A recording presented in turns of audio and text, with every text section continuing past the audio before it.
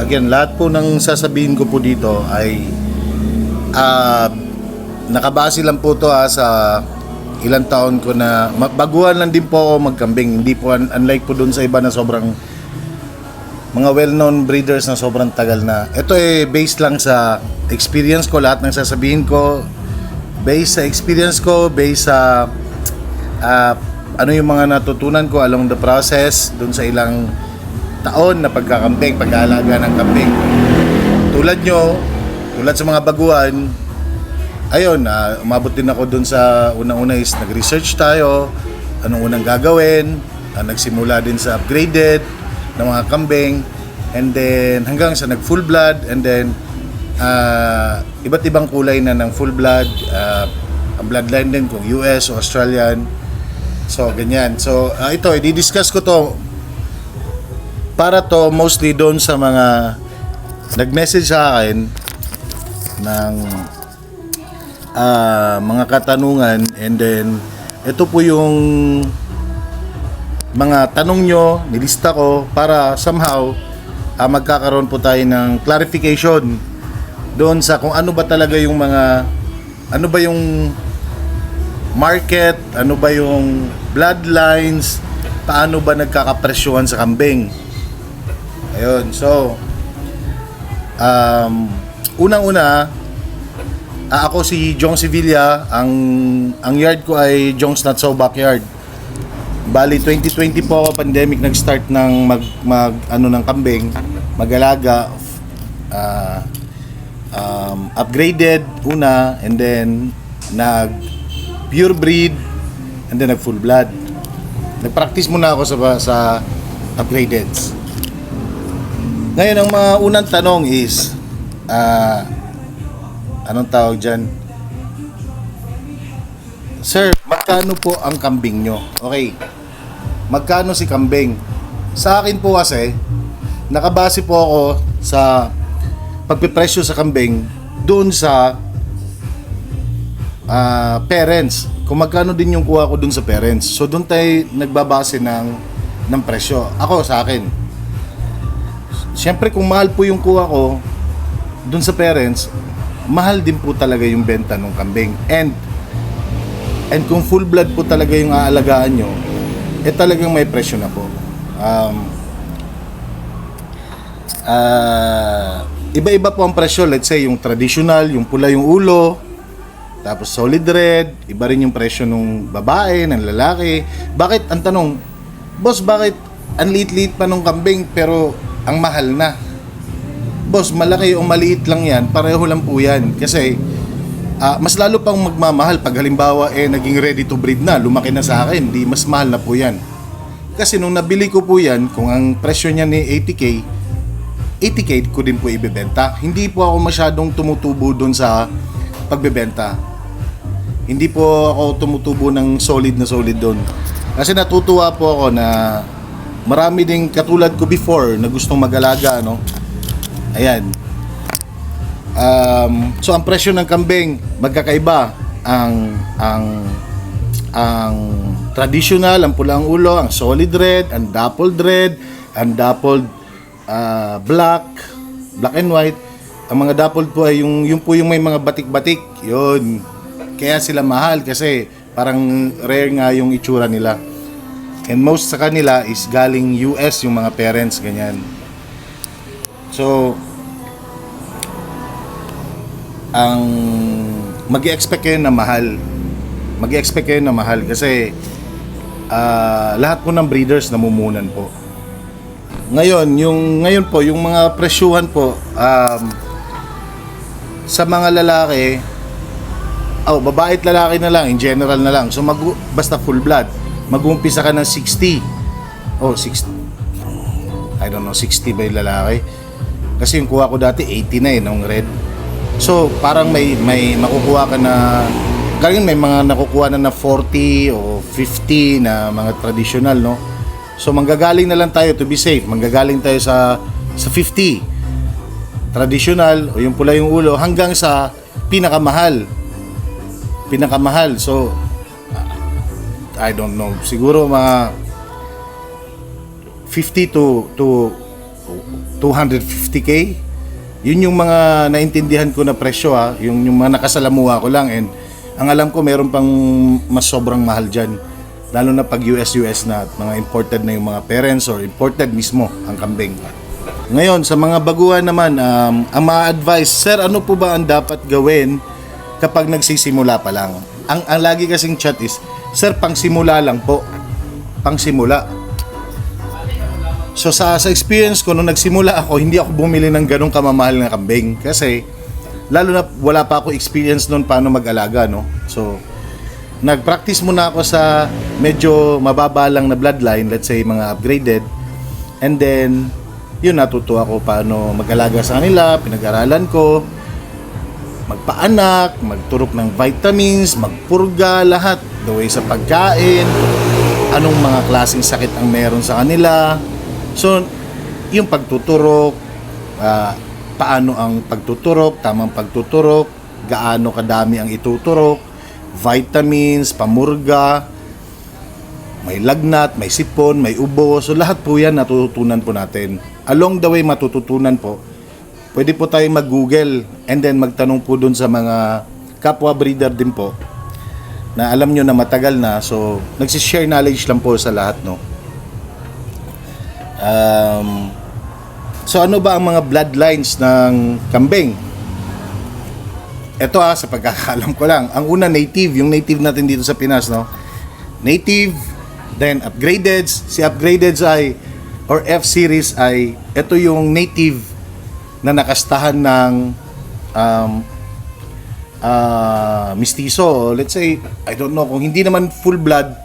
So mistiso, so ang mangyayari sa kanya, laging F-series lang siya, no? Kahit ilang generation pa, paulit-ulit, lagi lang siyang F-series, upgraded po tawag sa kanya. Nagiging legit po para sa akin, o para din sa iba rin, or yung tamang ano talaga, nagiging legit po si upgraded kapag ka native, and then full blood po ang i-prepare. So ang anak po nila ay magiging F1, hindi ko alam ba, F1 ang tawag siya. Nabasa ko yan pero nakalimutan ko na before nabasa ko anong meaning ng F1. Ayun, hindi po to yung karera. So matatawag po na lihiti mo yung F1 mo, yung upgraded mo kapag ang tatay na kumusta dun sa native ay full blood. Ayun. Tapos ang anak nila ay F1, tapos F2, F3 by generation, F4. Hindi po si Daoming Segat. Ang F4, and then ang next is parang F5 yata or ano, yun yung pure breed na tinatawag. So mataas na po yung dugo nung anak nung native, nung upgraded. So somehow magiging kahawig na po siya nung kahawig, pero meron din po kasi magaganda talagang pure breed po. Minsan mas magaganda pa yung pure breed kaysa sa full blood. Mag-iingat po tayo dyan dahil si pure breed o si upgraded ay kinastahan ng full blood, tapos sasabihin sa inyo ang anak, full blood na po yan, anak po yan ng full blood. Yes, sino ang full blood? Ang dalawang parents ba o ang isa lang? Kasi kung ang isa lang, hindi po full blood yun, hindi po pwedeng mangyari full blood yun. Ngayon, upgraded to full blood, ang anak upgraded. Pure breed or F5 to full blood, pure breed pa rin po ang anak. Nangyayari lang na full blood is pag full blood to full blood na ang nag-pair. Ayan. So ayun po yung pagkakaintindi ko, yung full blood yung pinakamataas na po na bloodline. Yes, ng kambing.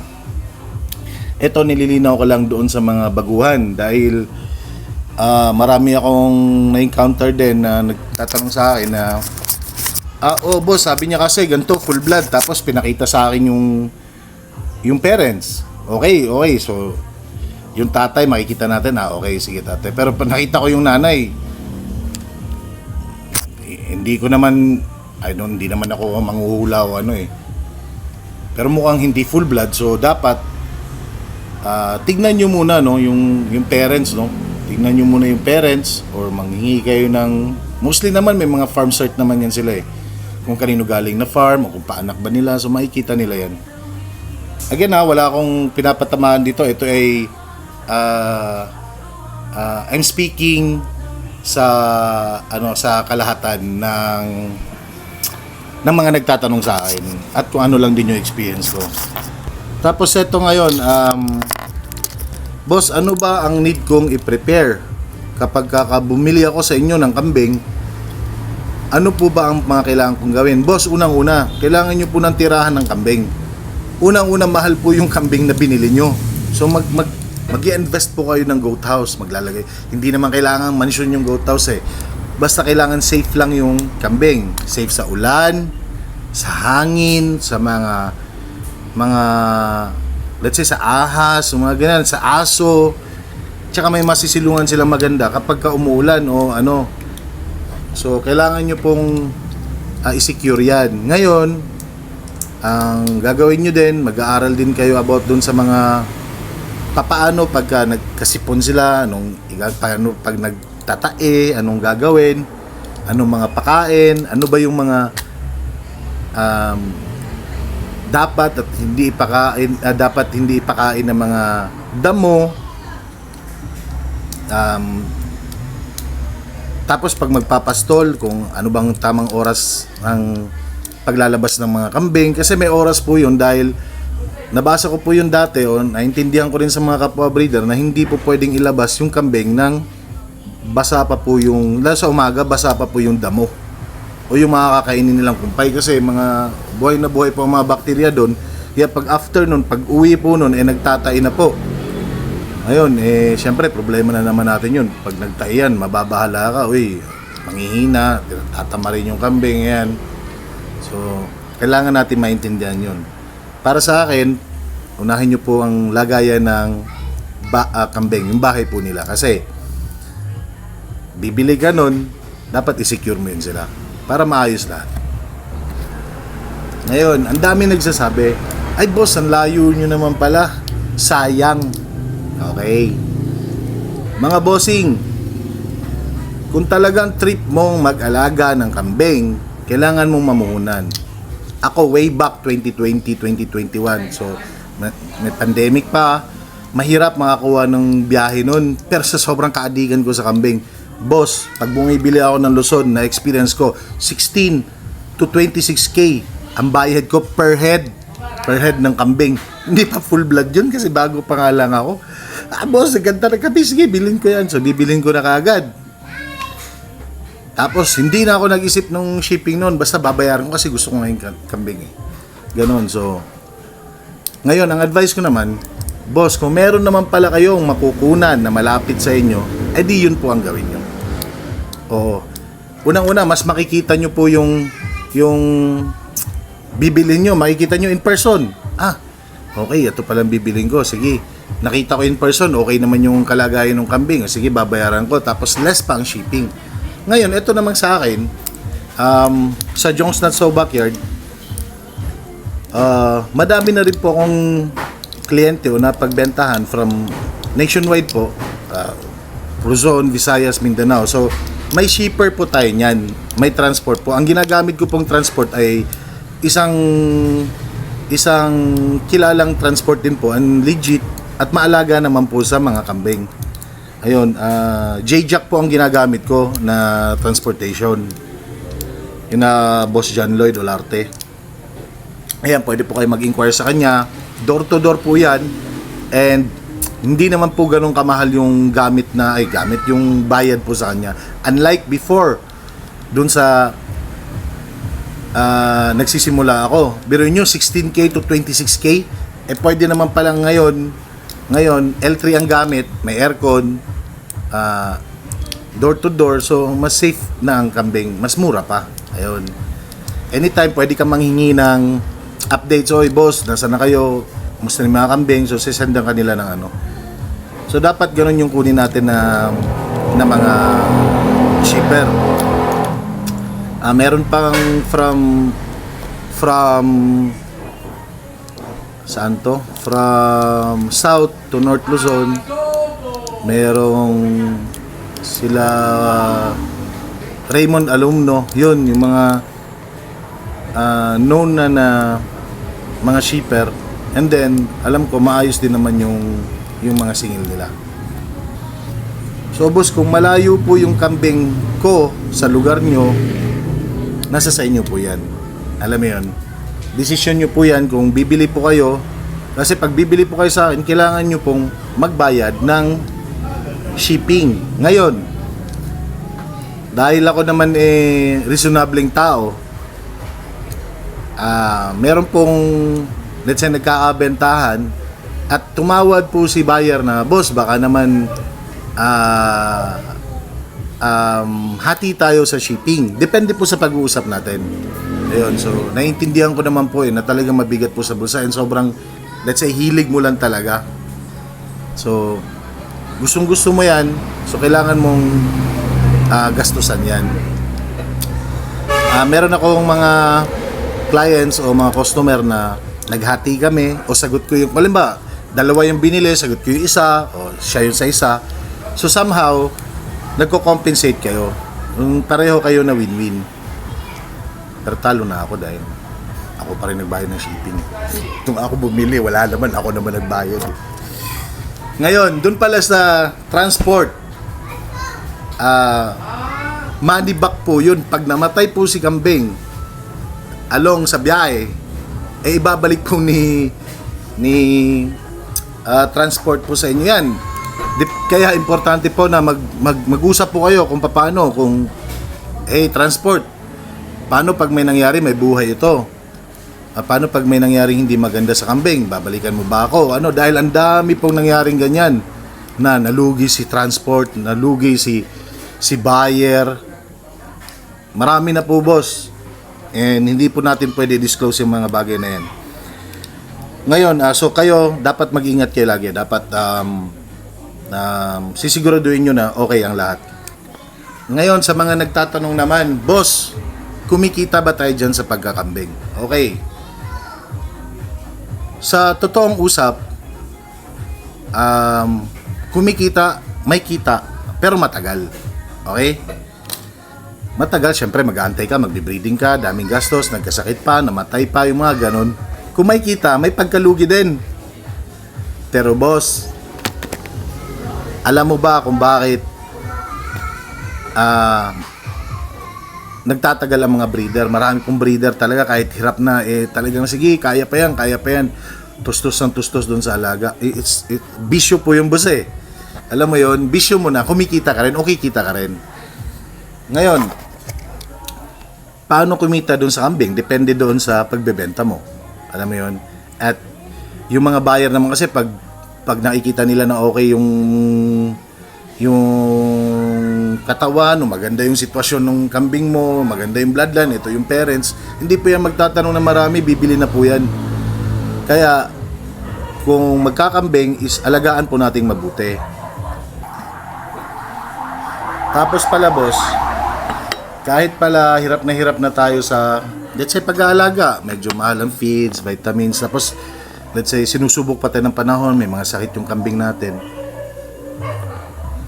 Katulad sa akin, hindi po ako tumitigil kahit gano'n na ang sitwasyon. Alam nyo bakit? Kasi unang-una, gusto ko po yung ginagawa ko. Hindi po ako mababayaran ng 90K. Yung saya na nararamdaman ko pag nagpaanak ako dyan, pag yan nakapagpaanak ako, safe lahat, tapos makikita mo silang lumaki. Nakakatuwa po yun. Nakakatuwa po. Sabi nila stress reliever daw. Tama, stress reliever talaga yun. Pero sama, magbibigay ng stress sa'yo kapakain sa kanila. Pero pag-aalaga. Pero bawi-bawi lang, boss. Mas lamang yung matutuwa ka. So, sa pagkakambing, hindi po pwede na magbibreed lang ako ng kambing. No. Kailangan na andyan ka dyan. Babantayan mo yan, aalagaan mo yan, mamahalin mo yan. Dapat, boss, sa pagbabantay ng kambing mo, kahit I don't know kung may trabaho ka man, so dapat pag uwi mo, ma-check mo pa rin sila. Kasi dapat everyday makikita mo anong sitwasyon ng kambing. Kasi merong mga kambing na may nararamdaman na pala, akala mo okay lang, hindi, tapos maya-maya o kinabukasan o ilang namatay na. Hindi mo na alam ang gagawin. So na-experience ko po yan kasi masyadong okay lang yan sila, okay. Pero ang dami pong pwedeng gawin. So dapat boss, pag magkakambing ka, kahit utot ng kambing mo, alam mo ang baho. Kailangan mo tutukan yan dahil pag nagkasakit yan, ayun yung investment mo. Diba? So nagkasakit yung investment mo, patay ka dyan. O, kailangan natin mahalin at alagaan yan ng mabuti, tignan, paano. So again po mga boss lahat po ng sinabi ko ay sa akin lang pong experience yon, sa mga karanasan ko lang po yun, sa pagtatanong din sa mga breeders, mga kakilala natin kung paano gagawin sa pag-aalaga at kung ano din po yung pagkakaintindi ko sa industry na to. And sabi nga isang kaibigan natin na breeder, may potential po tong industry na to. Kaya kung gusto nyong mag-alaga ng ganyan, I think kailangan nyong mag-save ng money para makabili kayo ng matataas na bloodlines. Pero advice ko, para mag-practice ka ng alaga, is doon ka muna sa medyo mababa na bloodline. Meron pa nga dyan, boss, minsan nagtanong sa akin, boss, baguhan, wala pa akong ganyan-ganyan. Pero gusto ko high-end kagad yung kambing ko. Sabi ko, okay. Tapos nung nawala, hindi naman bumili. Dumating lang sa end, wala yung high. So ayun mga boss, sana somehow meron kayong nakuha na pointers sa pag-aalaga ng kambing. Lalo na sa mga baguhan ito mga sinasabi ko, mostly to sa mga baguhan talaga, yung mga nagchat-chat sa akin, nag-PPM na hindi ko naman kayang sagutin lahat. So ito na lang, gumawa na lang ako itong video, mahabang video na to, isahan na lang. Ayun, so good luck po sa inyo. Kung meron malapit na breeder sa inyo, kung sinong nakikita nyo sa Facebook mga nagpo-post, ang tingin nyo naman okay lahat, hindi kayo po ang bahala magdesisyon. Ako po si Jong Sevilla, taga Negros Oriental. Dito po ang Jong's Not So Backyard. Ito po ang aking dito po ang pwesto ko. Dito po ako nag-aalaga ng kambing. Ngayon kung trip nyo, bumili sa akin later on, pagka may kidding season na ulit, mapapag-usapan naman po lahat. So, happy farming po sa atin lahat, and huwag po tayo magpapaloko, kasi meron talaga, hindi po talaga may iwasan na may ganun. So, lagi po tayong mag-legit check, magtanong kung tama ba to o basta magtanong po tayo para somehow ma-advisean din po tayo ng iba. Okay, maraming salamat po sa inyo, and ciao.